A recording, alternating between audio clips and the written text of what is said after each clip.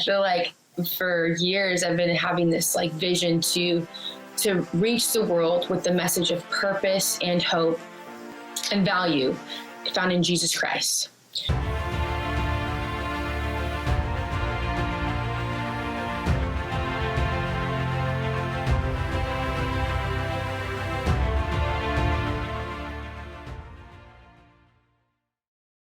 What is up, Impact Heroes? Welcome back to the show. I'm your host, Rick Ornelas.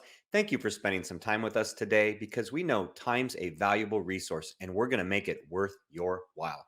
I appreciate each and every one of you, not just for listening, but for who you are. I know you're sparking change to make the world a better place every day, and I am humbled and grateful for your efforts. It takes all of us doing our part to spread positive change, and that's what this show is all about. Motivating you with stories of struggle, courage, and hope to empower you to make a difference in your life and the lives of others. In case you missed it, people can probably definitely identify good leaders and not so good leaders, but I definitely had a good mix, and I recognize, hey, what is good leadership? What is effective leadership? Available everywhere you listen to your podcasts. Welcome back, Impact Heroes. Today we have the pleasure of speaking to our newest Spark Chage social impact hero, and she is a true gem. She is someone whose heart dances to the beat of a different drum as she sees the world in a different way. And I can definitely relate to that, as I'm sure a lot of you can as well. She has an individual radiance and beauty that shines as bright as the morning sun, and she feels that our value never changes as individuals. It doesn't matter what anyone else says about us. It just matters what God says. Touches my heart. She believes we're all special and unique. We are created with a special plan and a purpose. Amen to that. She is armed with an enchanting spirit, a strong faith, and an impressive musical talent that is nothing short of stunning. She has the beautiful talent and gifts to sing with emotion and vulnerability while expressing confidence, which is rare to be sure. She's motivated, take charge, unstoppable in her work as the founder of the Friends Forever Club and in with the Outkast TV show, while still being one of the hottest new artists in the Nashville music scene. So please welcome the creative, unique, vibrant, authentic, and positive pop singer and songwriter extraordinaire, Nedy. Thank you so much, Rick. This is awesome. I'm so happy to be here with you. Yeah, thank you so much for being on the Spark Chage Podcast. It's a pleasure to have you on. And as I was putting that intro together, there was so many questions that I had, so many things that I wanted to ask you.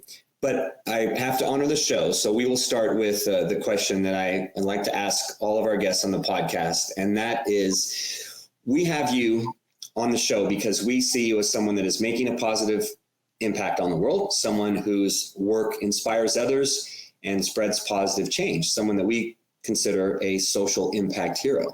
So I want to know, Nedy, do you see yourself as a hero? I've never been asked that before. I don't really. I mean, I definitely want to make a huge impact in the world and be able to encourage people, inspire them as well. But I've never really looked at myself in that way. But I mean, I'm honored that I'm on your podcast. So thank you.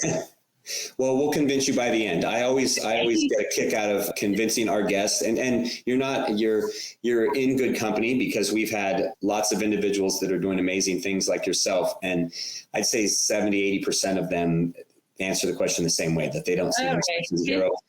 But I always convince them by the end of the show. So we'll have you convinced by the end of the show. So on that note, Nedy, every hero has their origin story, right? The story of how they got to the place that they are in life. And I know you have a lot of interesting stories in your background, but the one I want to focus on for this question is what really got you interested in music? Because I think that's a really cool story, and how you started writing music and playing instruments and everything like that. How did that all begin? Yeah, I would say the earliest memories I have is just like my dad playing music all the time. My childhood best friend, her dad would always be playing music. And so it was just like always around. And then definitely my uncle from my dad's side, he is a singer. And it's just seeing him perform as a kid and use the microphone and move around. That would always inspire me. So those are like the earliest memories I have of music, just really drawing me in and just being so connected to all the emotions that it brings, the different ways that it can resonate with your soul, that you can relate to the singer, or if you're the singer, then you can relate to the listener can relate to you, and you have that in common, just going through whatever circumstance that is. So those are the earliest memories I have, just always being surrounded by music playing in the house and whatnot.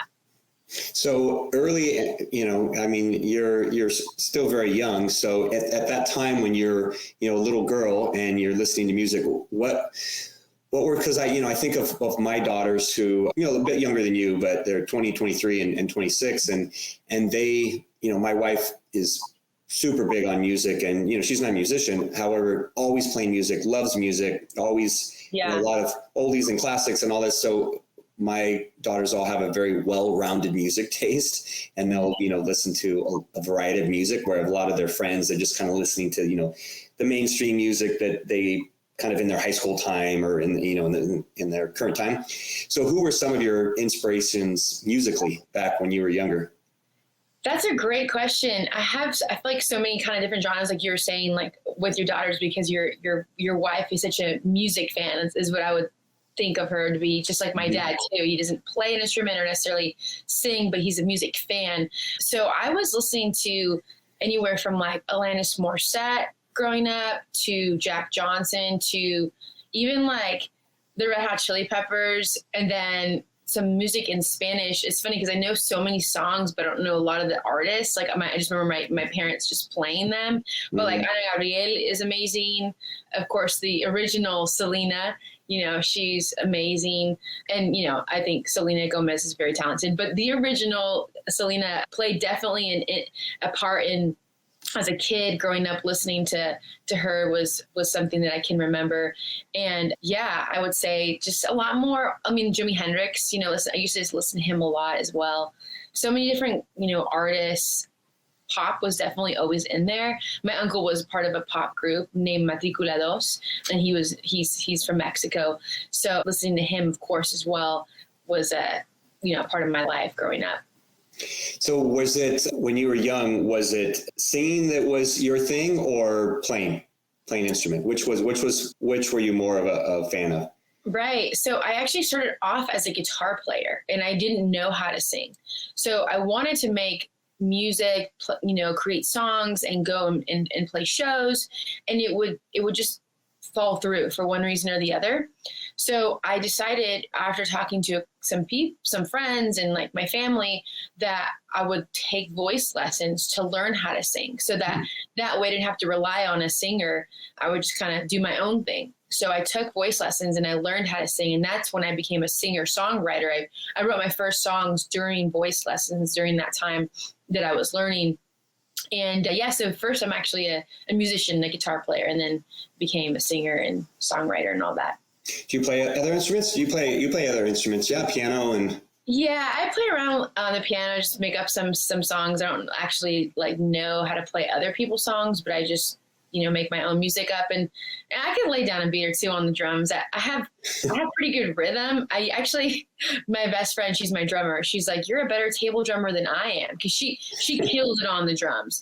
And then we're kind of like the opposite. Like her table drumming is not so great, whereas my table drumming is great. But I can't do that well on the drums just because I'm not always practicing with one. But according to my best friend, I guess I'm a pretty good table drummer.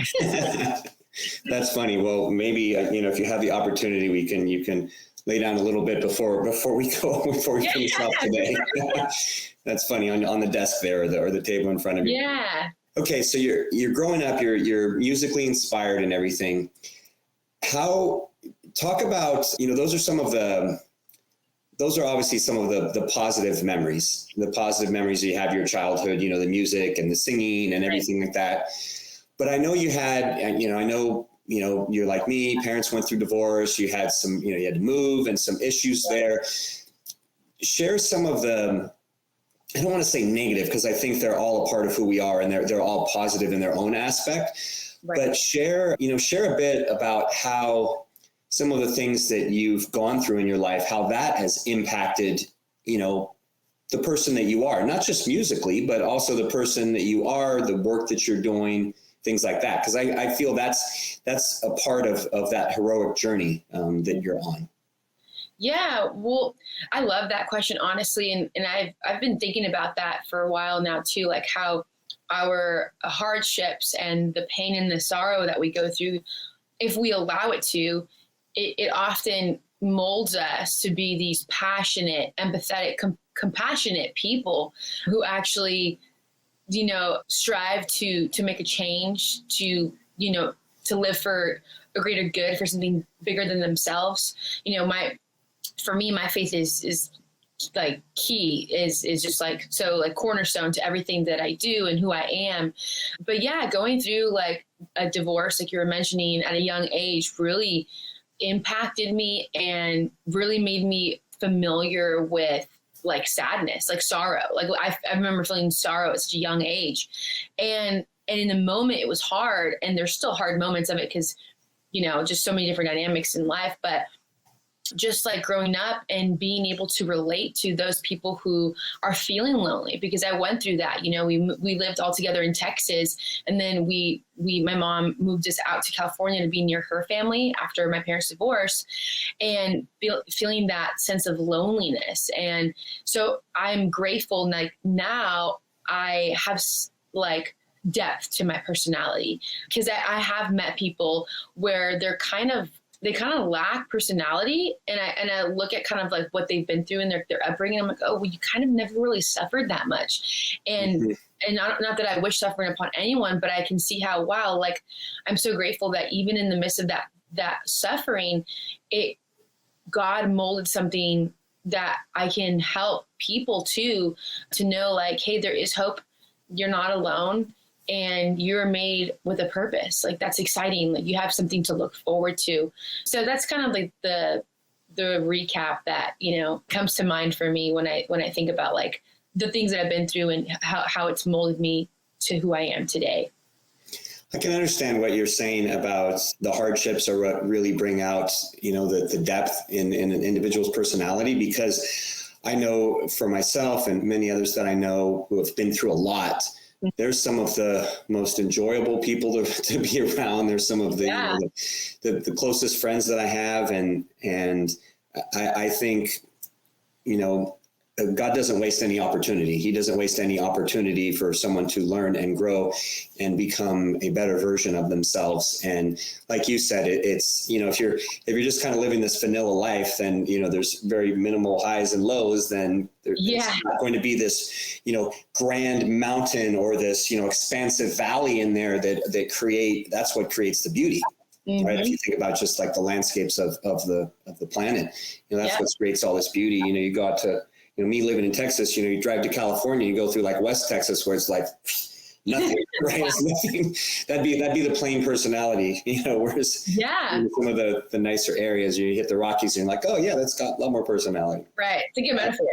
So you touched on a couple of things that I want to expand on. You touched on faith and you touched on purpose. Mm-hmm. And one thing that I'm always interested in, because for me, I had to create purpose in my life. I had to get to that point where I felt that I was really living my purpose. Mm-hmm. And, that didn't come until I was in my 40s. And for a lot of individuals, they create that, they find it, however you want to look at it, at a much younger age, as I'm guessing you did. So first off, what do you feel, what is your current purpose? And then how did you come to create that or begin, living your purpose? I would say my current purpose is to make meaningful, impactful art in the form of music, in the form of writing children's books. I'm actually doing that right now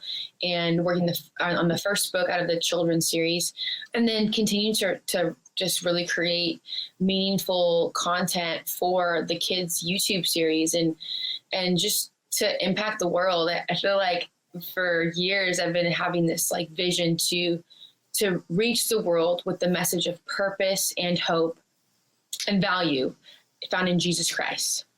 purpose, hope, and value found in Jesus Christ. And that's just something that's like been on my heart. I know this is what I'm supposed to, this is my message. And in my unique way, the way that God made me with my own personality is how I'm called to communicate that message. And I've always wanted to reach the world, aspire big dreams and stuff. And, of course, I think there's so much importance to even doing the little things, someone who's for example, like a janitor or something, they have just as much of a purpose, to make an impact in the world, even if it's one person in different ways, because we don't see who affects what, and how the domino effect. But just going back to like my purpose, I'm not like saying you have to be great or I want to be this big person or whatever, but just having that goal of purpose, hope, and value, that the world would know that there is that available through Jesus. I agree completely. And how did you come to that? So that's the, the deeper part of the question is, how did you come to, obviously you said it was on your heart, but how did you come to realizing that, okay, this is my purpose. This is what I have to, what was if there was, an event or something that sparked that for you, what was it? That's a really good question. So I would say I would see the desire for hope, or I would see the hopelessness in a lot of people's eyes. Like I can specifically remember like different times during 2018 where I was on the Extreme tour. It's a ministry base tour. And we go out into the overlooked, underserved areas, like the middle of nowhere areas in the country, and meet these kids where they're at. So we'll go to the skate parks, and different places, whoever will host us. We've done so many different kinds of events. But anyways, I remember performing and looking into people's eyes and being able to see some people, the hopelessness that was in their eyes. Mm-hmm. And that really created in me a desire, like, man, like I want to love on this person. Like I feel like that they're experiencing loneliness. Like I could just see how they were, where they were at. And then just recognizing that like, sometimes when we feel hopeless, we also don't feel like there's a purpose to living, or like we have a purpose specifically. So kind of seeing how that all tied in together. And then, God really showing me like through experiences about value, and like me learning through being treated so awesome, but me also being treated so like poorly, the opposite way.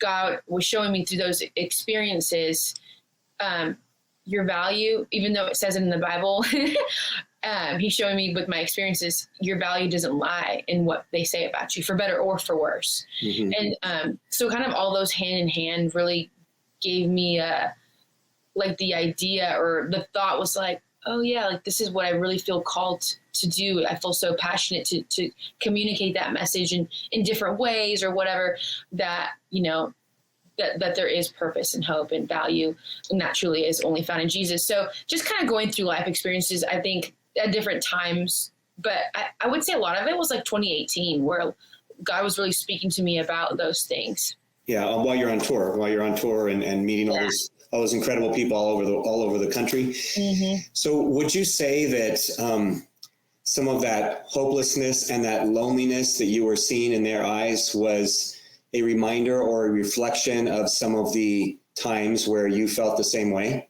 in your life? Yeah, definitely. I mean, I think loneliness is like a really common thing in the world. And I feel like, and I'm very like well acquainted with that, I would say personally. So yeah, it reminded me of the times that I've gone through it and the times that I still go through it, and just trying to be a comforter for those people as well. And I'm sure they appreciate it. I'm sure you were a comforter to them. So speaking of comfort, there's a lot of different ways that you are providing comfort or impact, or reaching out to those people that are lonely or bullied, which I do want to talk about. You've created the Friends Forever Club, or in with the Outkast show, or even your music, like your song Made to Be. So in each one of those, I don't know if there's, an inspiring moment or they're all just kind of living in that purpose, but share what what led you to take action, because I think to go to that next step, right? Because creating a nonprofit is a huge undertaking. It requires a lot of work and time and, investment and everything.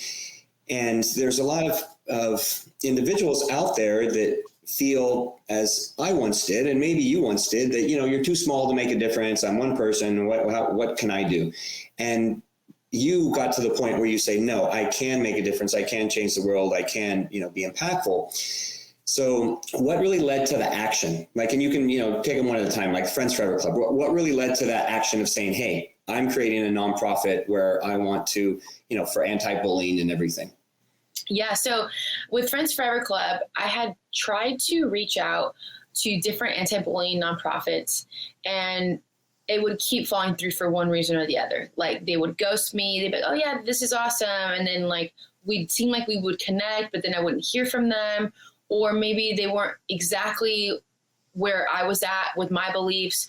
So then I was like, well, what if I just created my own and I could just make my own rules? Of course, I have a board of directors, and so they definitely are very, important. So I can't just do whatever I want to do, but kind of like, start with the basics of whatever I want. I can name it whatever I want to name it, kind of mold the mission to whatever I want the mission to be, and see if people want to be a part of it.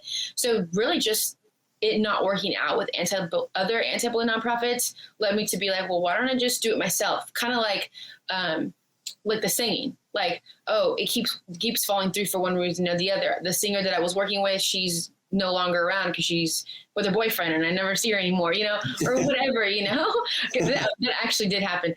But so kind of just. Of course it did, because you wouldn't have said it if it wasn't if it didn't really happen. but yeah, so kind of just like out of trying something, it not working, and then it opening up a door to do something else that I didn't even try. So trying to work with somebody else, nonprofit wise, didn't work out. Oh, it led me to being like, well, why don't I just do it? Okay, so I can appreciate, the steps and the process and everything.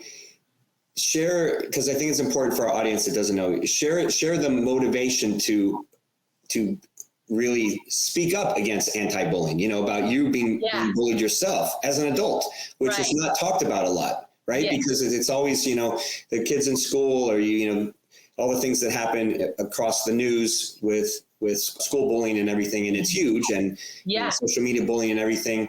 So share more about your story, your bullying story. Right. So I had been bullied throughout my whole life in different areas, in different ways, in different places, starting with being even like in 8th grade. And my 8th grade teacher would single me out and just make me do things like honestly, like the dumbest things, but there's no other way to say it. But so like basically I went to a private school that won't be named and the girls had to wear skirts. So my skirt apparently was too short, which is crazy because if you know me, I'm kind of a tomboy and I never like really struggle with being like immodest or whatever, but it was too short according to my teacher. So she gave me a long skirt like that went below my knees. And then I remember, and I didn't even know what was happening at that time, like that, with the actuality, like she was actually picking on me continuously. And so anyways, so she would do other things like my shoes. I wore these like kind of like skater looking shoes because again, I was a tomboy, and I remember her pulling the strings, the shoelaces, like it would no longer be like it would, how you wind it up like that, Yeah. It was like so tight that it was like almost touching. Yeah, and you keep them wide. The skater shoes were always with the laces all wide open. Exactly. Maybe they still are, I don't know, but they were back then. They were back then, yeah. And I think that is like a thing. It's like a skater thing. And I like to skateboard. So anyways, just like doing crazy things like that. Like that was my 8th grade teacher. Like she had, looking back, I'm like, why did you tell me how to dress and change the way? And then I was like, what? Did I not tell my mom? Anyways, all these questions. But that's like the earliest time that I can remember just being picked on, singled out.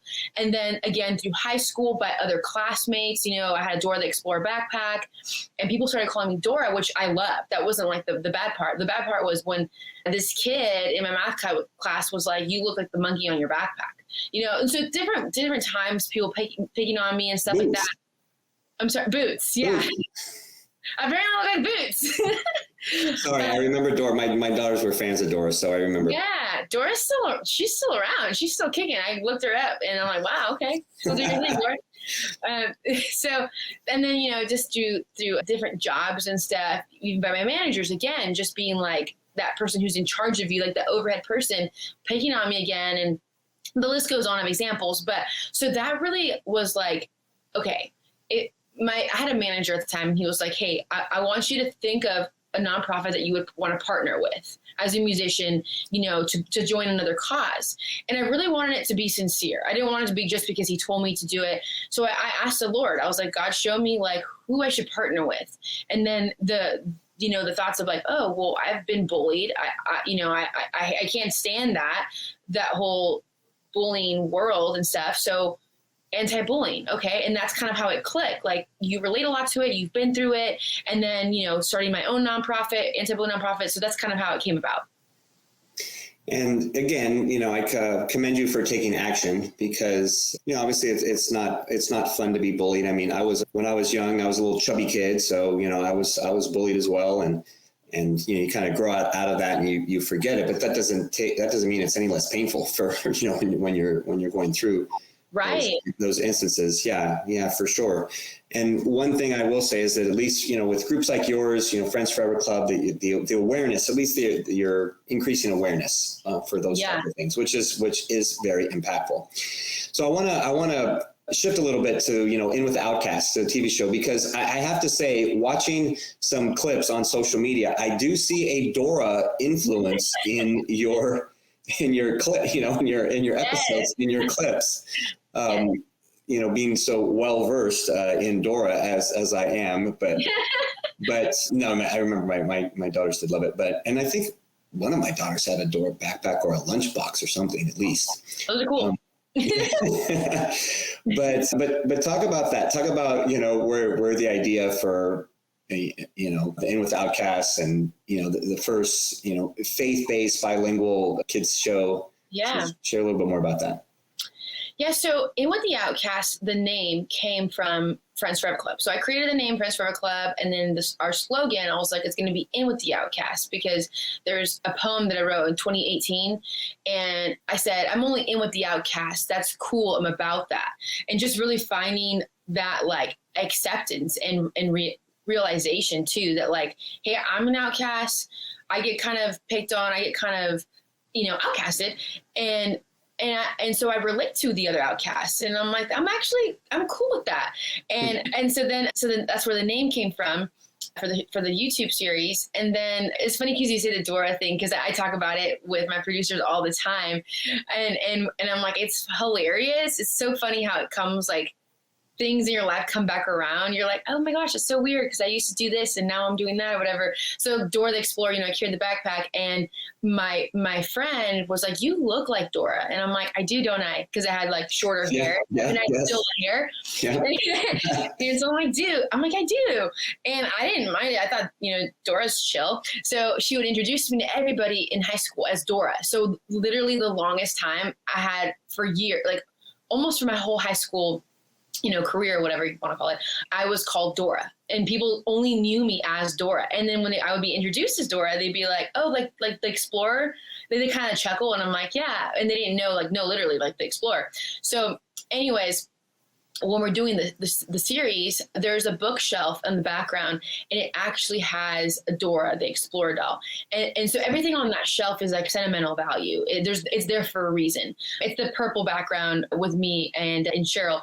So basically that was kind of funny. We were talking about that. Like you look like Dora, and now you're doing the show and you look like Dora wearing it. And so it's just like, it's hilarious. And the doll itself is actually there because my grandmother, who I was named after, before she passed away, she carried a little Dora the Explorer doll. It was like her little pal everywhere she went. So it was kind of like a, you know, an ode to her, whatever.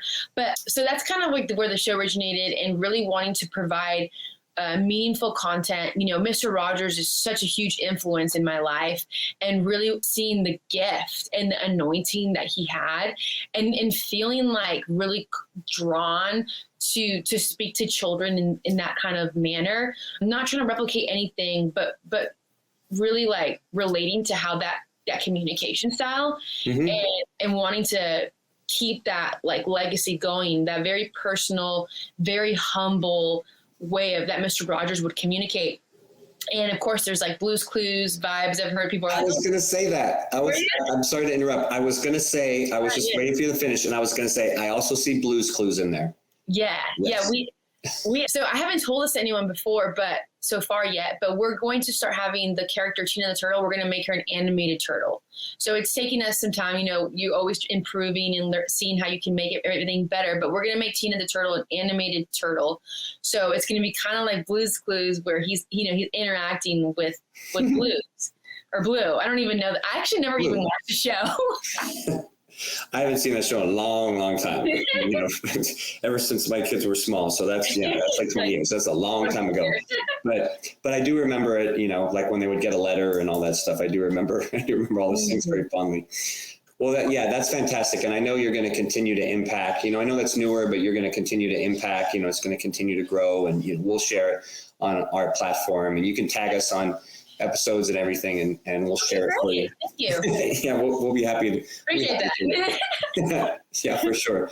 So you're definitely checking those boxes of a hero, because hero is an acronym on the show where hero honors their purpose, they engage their audience in their mission, they ripple their message to spread positive change, and then they open their heart to the world.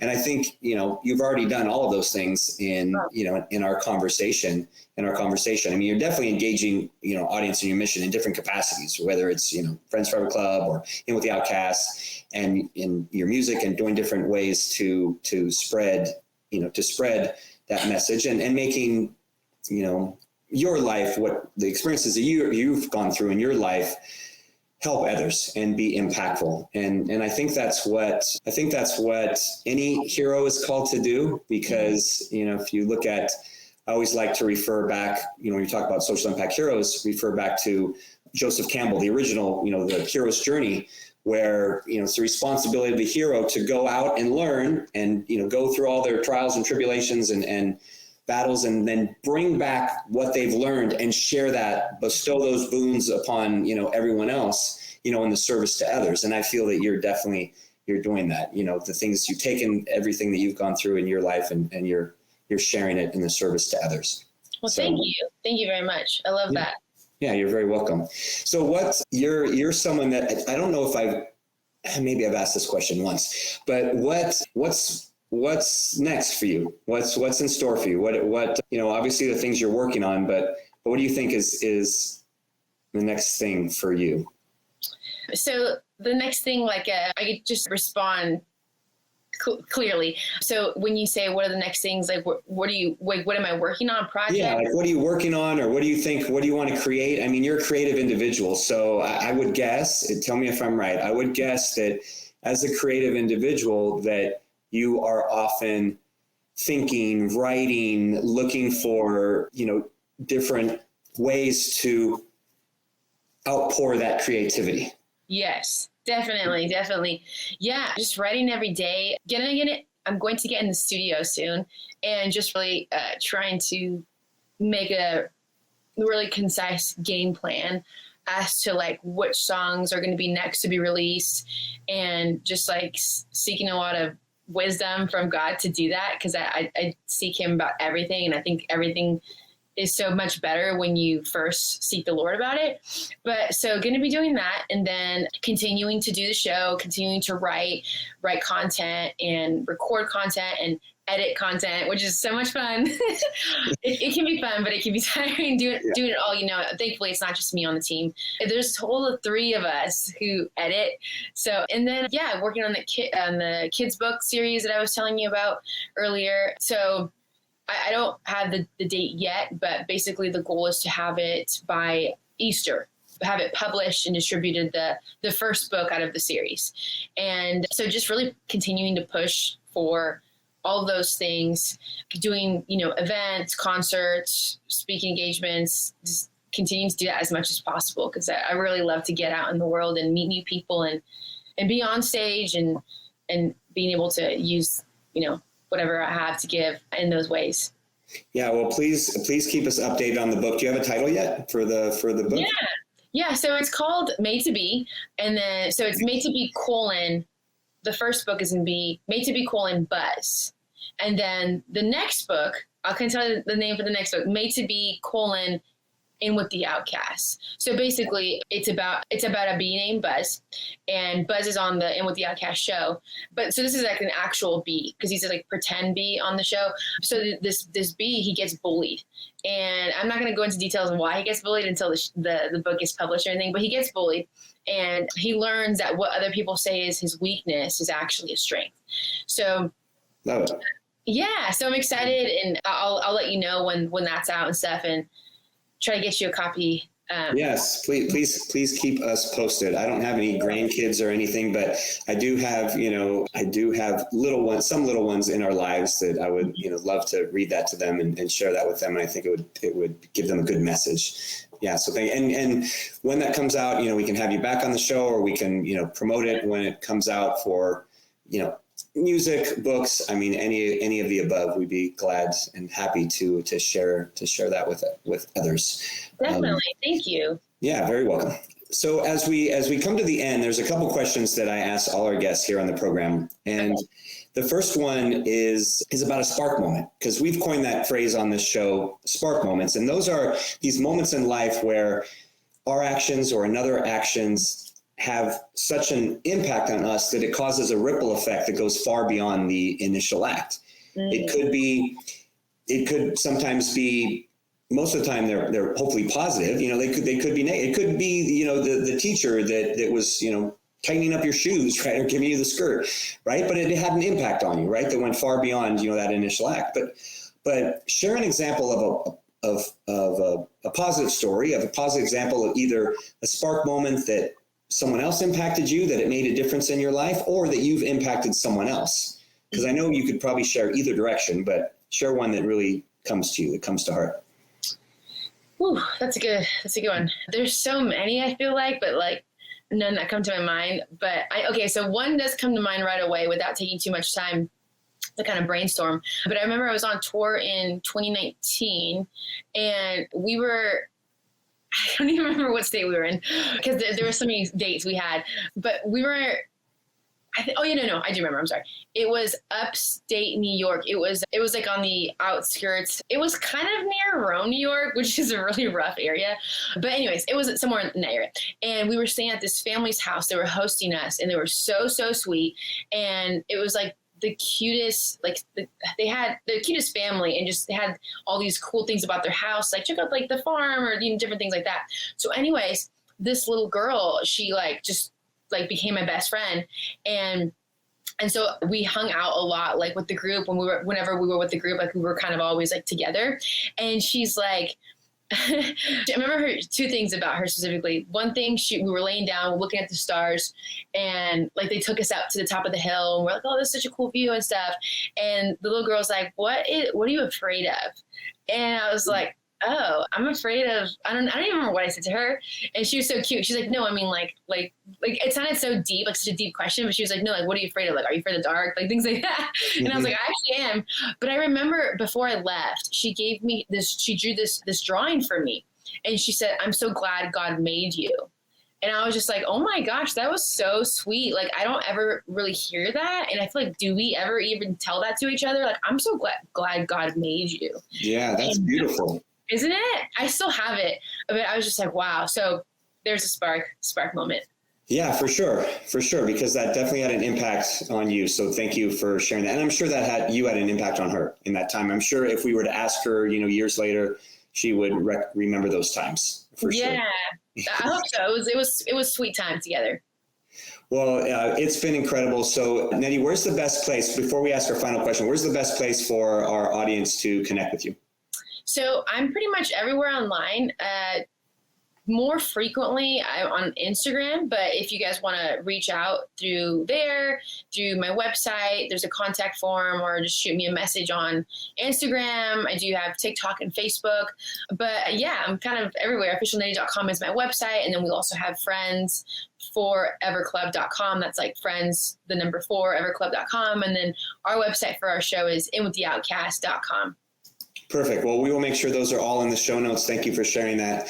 And so our final question here, Nedy, which we ask all our guests on the Spark Chage podcast, because our goal is to positively impact 1 billion people over the next few years through our community. And then as we launch our future social impact social media platform. Mm-hmm.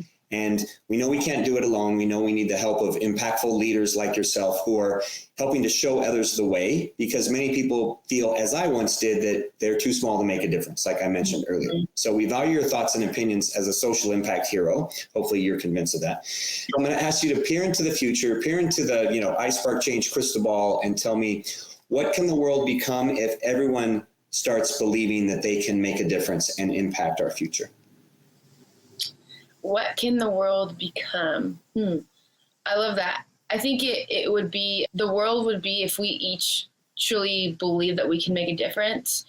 Besides the world being a better place, I think it would be the world that it was more so created to be. We would just remove our fears and our imperfections, because we don't have to be perfect to make a difference. In fact, nobody who makes a difference is perfect.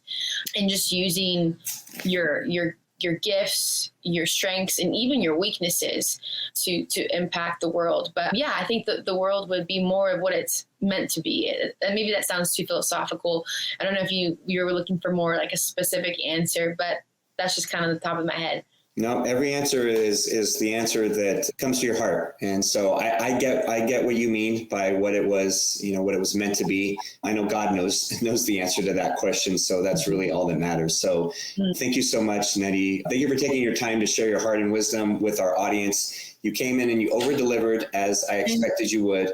Your desire to be impactful is evident, and you're filled with passion, determination, and you lead with a heart of empathy, which tells me you will continue to have success in all facets of life. And this is only the beginning of your social impact. Thank you so much, Rick. It's been great to talk to you, and appreciate you for sure. All right. Thank you. All right, Impact Heroes, it's our stories that connect us all, and we loved hearing Nedy's today. Nedy, you are not only an inspiring and amazing human being, but you truly are an Spark Chage social impact hero. We'll see you all next time. Do you want Rick to speak at your event? Here is what others have to say.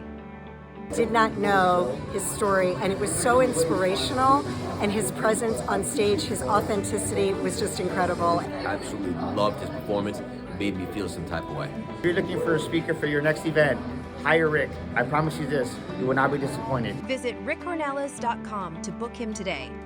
Remember, Impact Heroes, every positive action can be a spark moment that has a ripple effect that spreads far beyond the initial act. So go out there and spark change. Don't forget, if you enjoyed this episode, then please smash that 5-star rating on iTunes or Spotify and leave a review. We value your comments, and we want to hear from you in the community. Thank you for listening. God bless you, and we'll see you next week on the Spark Chage Podcast.